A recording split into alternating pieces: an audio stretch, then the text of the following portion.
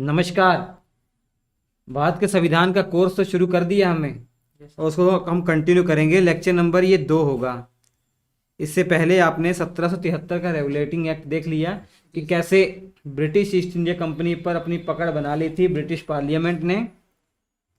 Regulate करने के लिए ही पहला कानून 1773 का रेगुलेटिंग एक्ट आया, वो आपने समझ लिया, सारी चीज़ें पढ़ ली। उसके बाद फिर से ब्रिटिश पार्लियामेंट एक कानून बना देती है और उसको इंडिया में भेजती है, 1784 का पिट्स इंडिया एक्ट। ये पिट्स इंडिया एक्ट इसको इसलिए कहा जा रहा है क्योंकि विलियम पिट्स उस समय ब्रिटेन के प्रधानमंत्री थे जी। उन्हीं के द्वारा ये बिल पेश किया था ब्रिटिश पार्लियामेंट में और ये एक्ट बन गया। बिल जब पेश किया, इस पर सुनवाई हुई दोनों सदनों में, उसके बाद ये कानून बन गया। तो ये 1784 का पिट्स इंडिया एक्ट कहलाया। क्या इसकी खासियत थी वो हम समझते हैं। देखेंगे कि कंपनी के कार्यों को कंट्रोल करने के लिए 1773 एक्ट तो पहले से ही आ गया था। अब कंपनी पर और पकड़ बनाने के लिए और अच्छी पकड़ बनाने के लिए ब्रिटिश पार्लियामेंट ने 1784 का पिट्स इंडिया एक्ट ले आए। क्या खासियत है? अभी तक देखिए, कंपनी के जो राजनीतिक कार्य और व्यापारिक कार्य, इनको संभालने का काम कोर्ट ऑफ डायरेक्टर्स ही कर रहे थे अभी तक।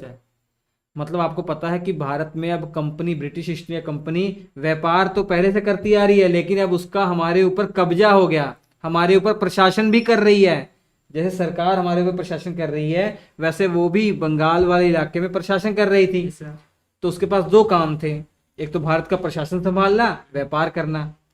इसी कारण से थोड़ी सहूलियत हो जाए, जो व्यापार करने का अधिकार है, व्यापार से संबंधित जो कार्य हैं, उनको तो अब कोर्ट ऑफ डायरेक्टर्स ही संभालेंगे। जो 24 सदस्य वाली टीम थी, व्यापारिक कार्य को तो कोर्ट ऑफ डायरेक्टर्स ही संभालेंगे। लेकिन जो राजनीतिक कार्य हैं, जो हमारे ऊपर शासन करने का अधिकार है, बंगाल पर प्रशासन करने का अधिकार है, उसको कौन संभालेगा? Board of control. एक कहने का मतलब ये है कि एक नया सिस्टम बना दिया गया जिसमें 6 सदस्य होंगे। इसे बोर्ड ऑफ कंट्रोल कहा गया, नियंत्रण बोर्ड कहा गया, नियंत्रक बोर्ड कहा गया इसको हिंदी में। 6 सदस्य थे। ये क्या करेंगे? कंपनी के जो राजनीतिक कार्य, प्रशासनिक कार्य हैं, प्रशासन करने का अधिकार है, जो कार्य है उसी संबंधित ये नियंत्रण करेंगे। कंपनी को बताएंगे कि ऐसे करना है, वैसे करना है, तो ये संचालित नियंत्रण करेंगे। ठीक है। इसमें टोटल कितने सदस्य हैं? 6 सदस्य हैं। ठीक है। इसके अलावा आपने पढ़ा, जो बंगाल के गवर्नर जनरल थे, उनकी सहायता के लिए 4 सदस्यों को चुना गया था, जिसे एग्जीक्यूटिव काउंसिल या कार्यकारी परिषद कहा जा रहा है। लेकिन अब इस एक्ट के माध्यम से 1 सदस्य घटा दिया गया। अब कितने सदस्य हो गए? 3 सदस्य कर दिए गए। और इन तीनों में से एक को मुख्य सेनापति बना दिया गया, कमांडर इन चीफ बना दिया गया। जो ब्रिटिश सेना के मुख्य होंगे, सेनापति होंगे, वो पद दे दिया गया। और आपको पता है कि इस समय तक जैसे बंगाल प्रेसिडेंसी है, वैसे बंबई और मद्रास प्रेसिडेंसी भी थी। तो बंबई और मद्रास प्रेसिडेंसी के जो गवर्नर थे ना, इनको बंगाल के गवर्नर जनरल के अधीन और कर दिया गया। अभी तक 1773 में भी देखिए किस तरीके से जो बंगाल के गवर्नर जनरल थे, इनको बड़ा बना दिया गया, इनको ज़्यादा पावर दे दी गई, और जो बम्बई और मद्रास के गवर्नर थे, इनके पास कम पावर थी। ठीक है। लेकिन यहाँ पर गवर्नर जनरल को और मजबूत कर दिया गया।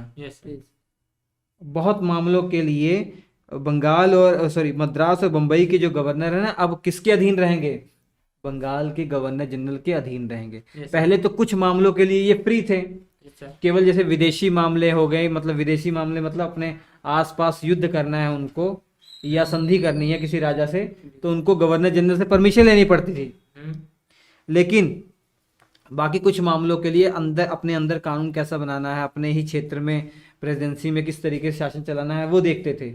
लेकिन यहाँ पर उनकी शक्तियों और कम कर दी गई। किसकी? बम्बई और मद्रास प्रेसिडेंसी। तो यहाँ पर आप देख रहे हैं कि जो सिस्टम है वो केंद्रात्मक सिस्टम लाया जा रहा है। सिस्टम पावर का केंद्रीकरण किया जा रहा है, सेंट्रलाइज किया जा रहा है। जैसे जैसे कानून आते जाएंगे ना, सेंट्रलाइज किया जाएगा। ये चलता रहेगा 1858 तक। ठीक। Yes sir.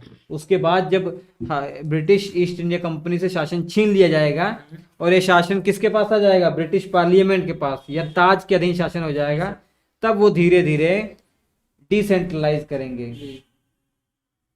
तब धीरे धीरे डिसेंट्रलाइज करेंगे, मतलब विकेंद्रीकरण, मतलब शक्तियों को बांटेंगे। कुछ शक्तियां सेंटर के पास होंगी और राज्यों के पास भी शक्तियां सेंट्रलाइज करेंगे वो।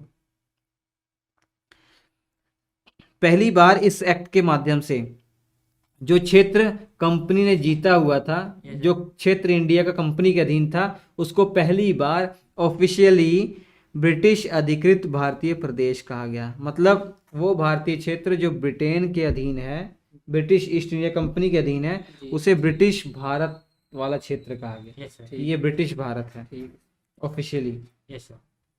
ठीक है। और अंग्रेज अधिकारी जो इंडिया में काम कर रहे हैं, कंपनी के अधीन लगे हुए हैं, इन पर अगर मुकदमा चलाना है तो उसके लिए ब्रिटेन में एक कोर्ट की स्थापना की गई। एक कोर्ट की, इंग्लैंड में ही एक कोर्ट की स्थापना की गई। तो ये था आपका पिट्स इंडिया एक्ट। क्या था ये?